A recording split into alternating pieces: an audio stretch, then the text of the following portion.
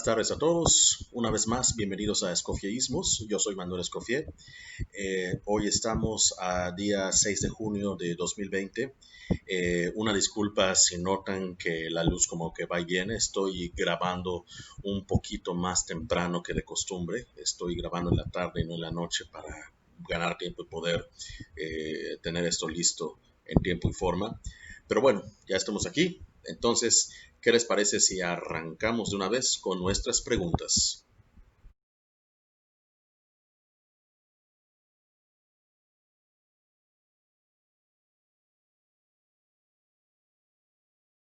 Creo que en cierto modo es una pregunta capciosa, no en cuanto a la intención, estoy seguro que no la planteaste con ningún afán de malicia, sino más bien desde el planteamiento, porque es un planteamiento, yo creo que de entrada, si no equivocado, por lo menos ambiguo. Eh, ¿Qué entendemos por calidad? ¿Qué sería el cine de calidad si es que tal cosa realmente existe? ¿Calidad en cuanto a qué? En cuanto a manufactura, en cuanto a cómo está hecha, porque de ser así, digo, no he visto todas y cada una de las películas del universo Marvel, lo confieso humildemente, pero las que he visto, en términos de cómo están hechas, de cómo están construidas en la parte meramente técnica, pues en ese sentido tienen bastante calidad técnica, si a eso vamos. Estamos hablando de calidad en cuanto a actuaciones. Yo creo que para la clase de películas que son y el propósito fundamental que tienen, que es apelar a una base de fans y con base a eso superar el enorme presupuesto que ya se les dio tan solo en la distribución, pues entonces yo creo que son actuaciones que van entre muy buenas a adecuadas o suficientes, supongo yo, ¿no? Y si vamos en cuanto a guión, a construcción narrativa y dramática, pues las pocas que he visto, pues hay algunas que quizás son un poco mejores que otras en ciertos aspectos.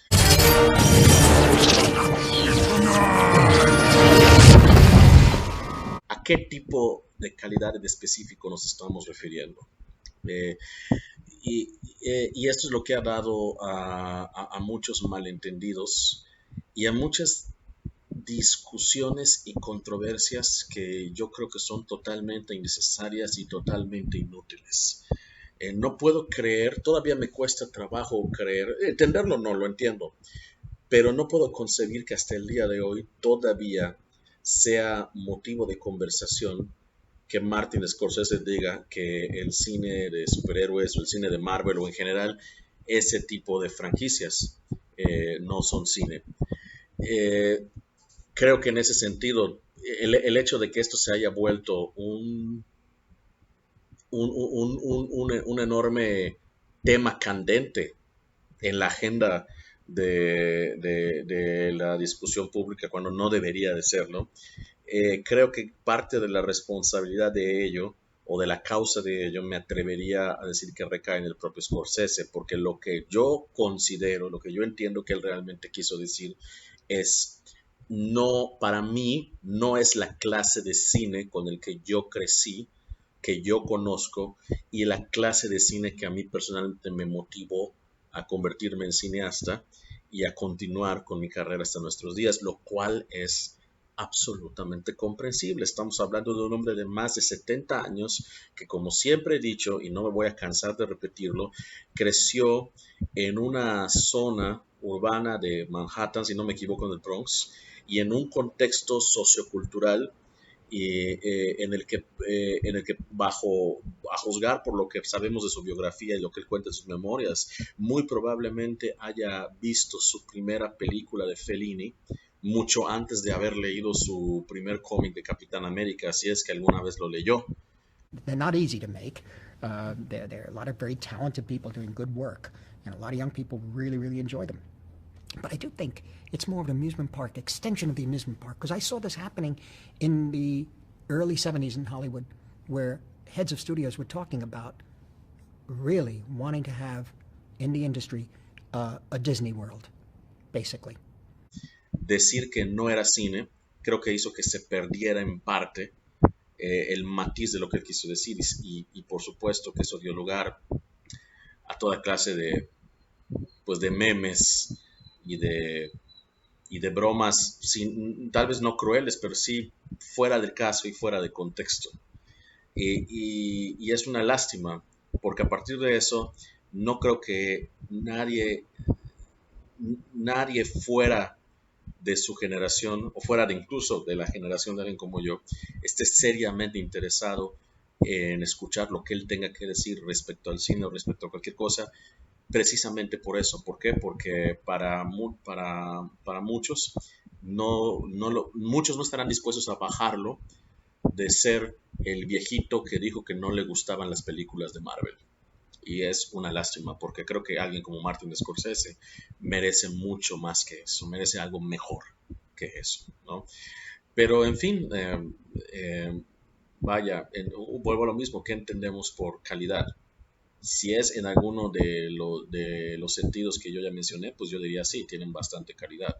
Si estás hablando de otra cosa, pues entonces por favor especifica y profundicemos en ello, ¿no?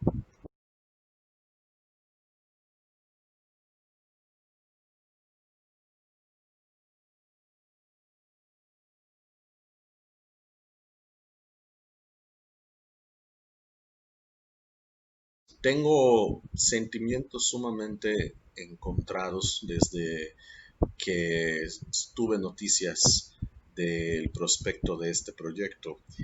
Por cierto, una pequeña actualización hasta donde tengo entendido, Diego Luna ya no está eh, involucrado para participar en el papel protagónico. Tengo entendido que va a dirigir el mismo director italiano que hizo el reciente remake de Suspiria, originalmente de Dario Argento. No recuerdo en este momento el nombre de ese director italiano, pero me gustó bastante el remake de Suspiria. Creo que la verdad me sorprendió. There's more in that building than what you can see, Doctor. Yo creo que dependerá bastante de qué es lo que quieren hacer. Quieren hacer el equivalente de lo que fue el Scarface de Brian De Palma en los 80s para la cultura de los 80s y lo que fue el Scarface de Howard Hawks para la cultura de los años 30 en pocas palabras. Quieren encontrar una manera de hacer que esta historia siga siendo vigente en el contexto no solo sociopolítico, pero incluso geopolítico que vivimos actualmente en el siglo XXI, en el 2020 y tantos, o es simplemente una excusa más para hacer una historia más sobre narcos y esta vez específicamente narcos mexicanos o sudamericanos. Eh, Espero que no sea lo segundo porque en un mundo eh, post el cartel de los sapos, post La Reina del Sur, post todos los documentales, largometrajes de ficción y libros que se han producido y editado hasta la náusea sobre Pablo Escobar. Eh, yo personalmente no tendría mucho interés en ir a verla. Conozco a una persona que quiso empezar hace años a desarrollar la tesis de que la figura del narco en la ficción popular de los medios, está desempeñando el mismo rol sociocultural que el gángster de los años 30 desempeñaba en su momento, pero yo creo que más bien se está convirtiendo ya no solamente en un tropo, sino incluso en un cliché, y un cliché que no ayuda mucho, tanto desde el punto de vista, eh, vamos a ponerle estético y narrativo, como desde el punto de vista cultural, si queremos irnos a eso de los estereotipos en la representación de otras culturas por parte de Hollywood.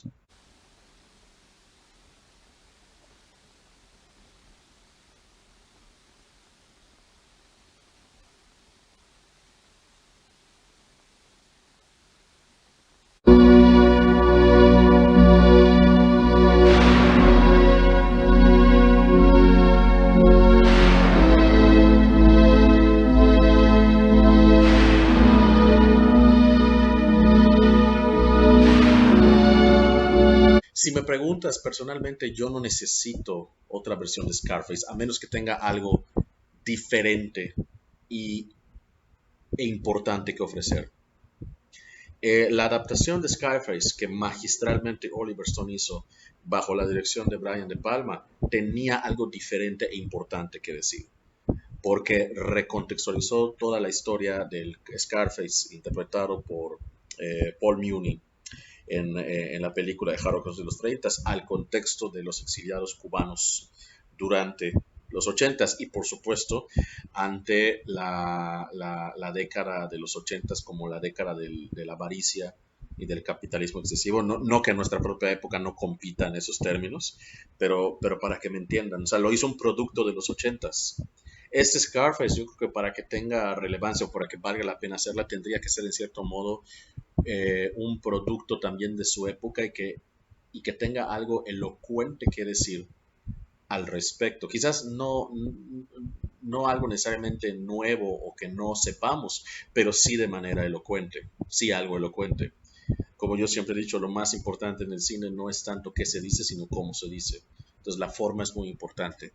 En este caso, no tenemos manera de saber ahora cómo va a ser, no tenemos muchos elementos para juzgar, al menos yo no los tengo, mucho más si consideramos que estamos todavía, que todas las producciones están prácticamente paradas ahorita por la pandemia y no sabemos exactamente de qué manera las condiciones de producción en este mundo post-COVID-19 ahora vayan a cambiar significativamente no solamente la manera en que se hacen las películas, sino la manera en que vemos y percibimos el concepto mismo de las películas. Entonces, con todo ese panorama es todavía más difícil de imaginar cómo será este Scarface. Sea como sea, pues yo espero que, como dije, tenga algo importante y elocuente y diferente que aportar a la mitología ya establecida por las dos Scarface anteriores y que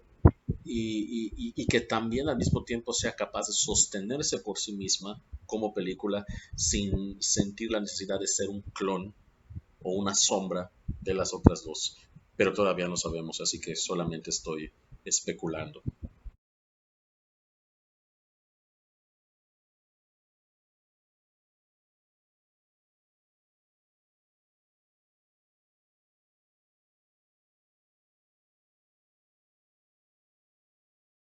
Aquí primero hay que poner un poco de historia a manera de contexto. Existen varias versiones, por lo menos tres versiones distintas de lo que conocemos como Cinema Paradiso. La primera versión, el primer corte original que fue estrenado en Italia, tenía una duración de 155 minutos. Si consideramos que una película promedio un largometraje promedio que solemos consumir en los cines o en plataformas o en cualquier otro medio, tiene un promedio entre 90 minutos, hora y media, y 120 minutos, ¿cómo se llama? Que son 2 horas, 120 minutos, que son 2 horas. Eso nos da una idea de que esta versión tenía mucho más de 2 horas. Entonces, esta versión de 155 minutos se estrena en Italia, tiene una pésima recaudación en taquilla, es un fracaso de taquilla, lo cual para su distribución internacional, que fue en ese momento manejada por Miramax Films y por Harvey Weinstein,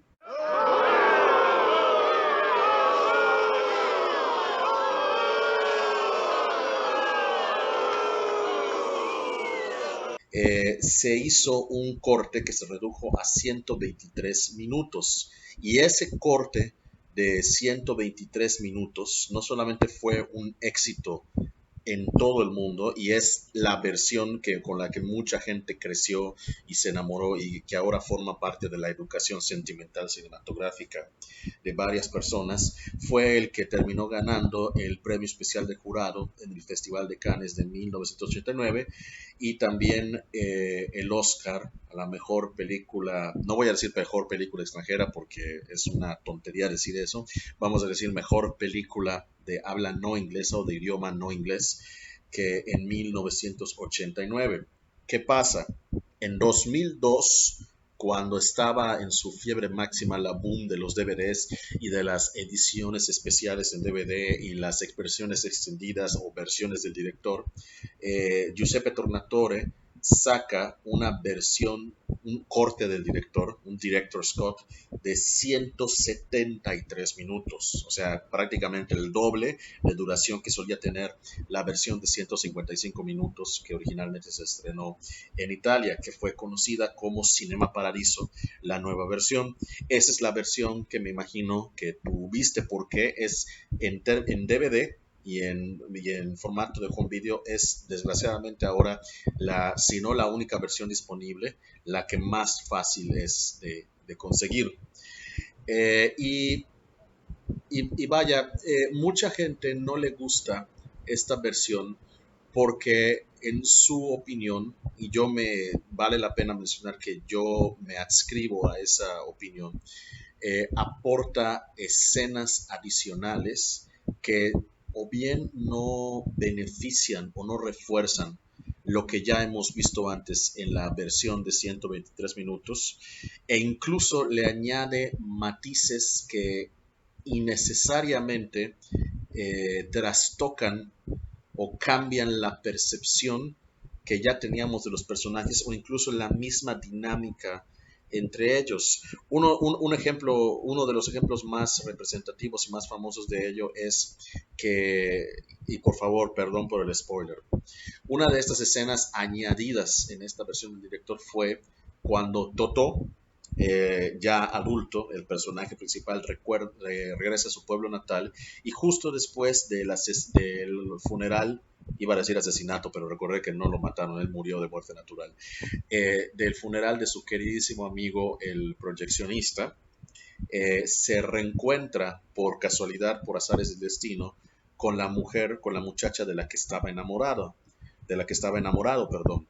Se reencuentra con la muchacha de la cual solía estar enamorado en su juventud, ahora una mujer ya mayor y una mujer casada, con una hija que es interpretada por la misma actriz que la interpreta ella en su juventud, cuando está enamorada de Totó.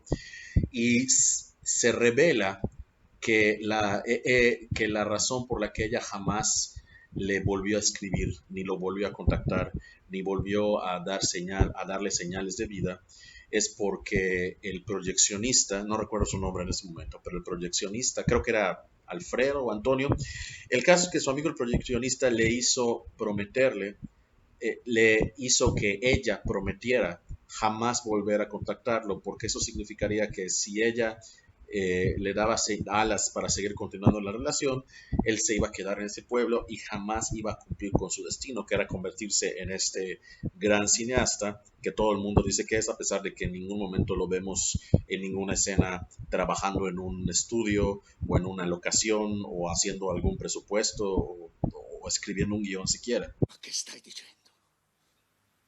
L'ultima volta che ci siamo visti ci siamo dati un appuntamento al Cinema Paradiso, lo ricordi? E non sei venuta! Sei scomparsa senza lasciare traccia, niente, te lo dico io!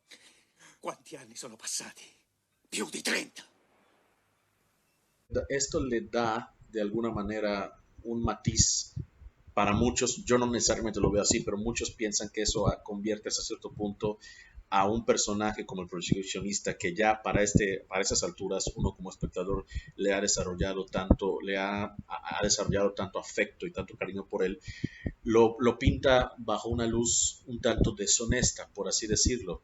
Yo no necesariamente concuerdo con este punto, pero sí concuerdo en que hay mucho relleno que fue añadido que no aporta ni fortalece lo que ya había en la versión original, por lo tanto, ¿para qué existe?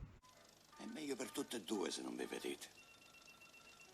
Figlia mia, figlia mia, il fuoco diventa sempre cenere.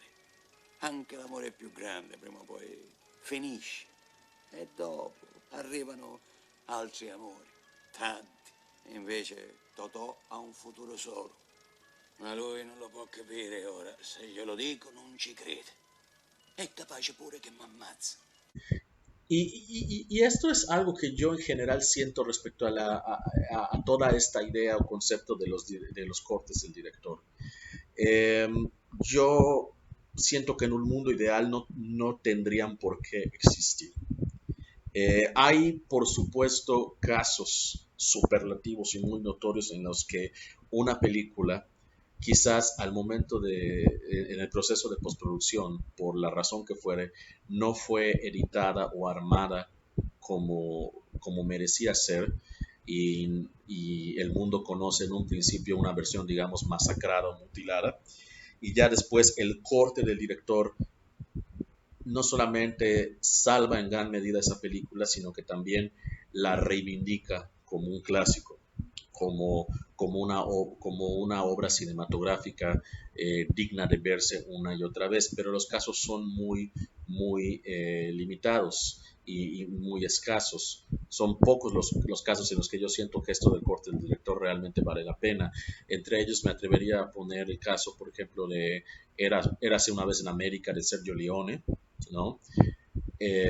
Por supuesto que, y esto es una opinión personal, no me maten si están en desacuerdo conmigo, pero por supuesto que yo siento que al menos los dos últimos cortes de Blade Runner, el llamado corte del director, que no era un corte del director, era más bien una copia de trabajo que se exhibió y se distribuyó como corte del director, y el corte final, que este sí fue el verdadero corte aprobado con el sello de autorización del señor Ridley Scott, por supuesto que le da muchísimas mayores capas de ambigüedad y de complejidad a la historia de Blade Runner. Estoy hablando de Blade Runner.